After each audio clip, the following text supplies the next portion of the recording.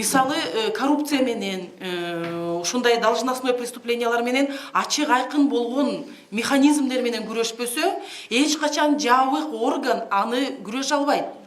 Коррупция өзү негизи светти күйгүзсө эле бүттү коррупция азаят. А караңгы үйдө акырын коррупцияны кыла берсе болот. Ошон үчүн бүгүнкү күндө мен ойлойм, баягы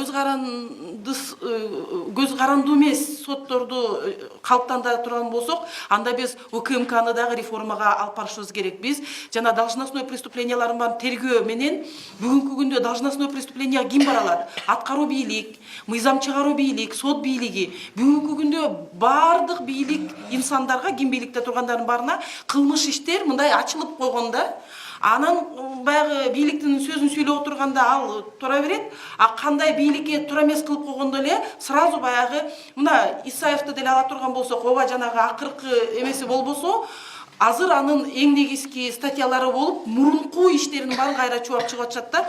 И бүт эле саясий кишилерге ошондой бүгүнкү күндө кандай бир даяр кылмыш иштери бар.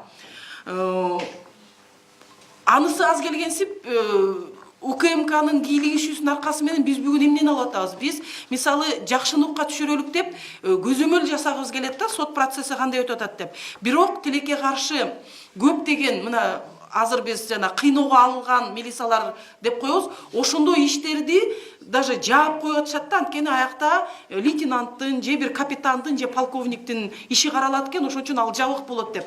Жабык иш болгондон кийин эле мынакей агайда айтып кетти, Талгарбековдун иштери, кийин дагы көптөгөн жабык болгондон кийин эле бүттү, аяка же кире албайбыз, же адвокаттар келип өзүнүн сөзүн айта албайт. Жабык эшиктин аркасында каалагандай чечимди чыгара берет. Ошон үчүн бүгүнкү күндө и сотторду да бүгүн карап кое турган болсок, бир табу коюлган темелер бар да, мындай маселелер, мисалы экстремизм деп коет.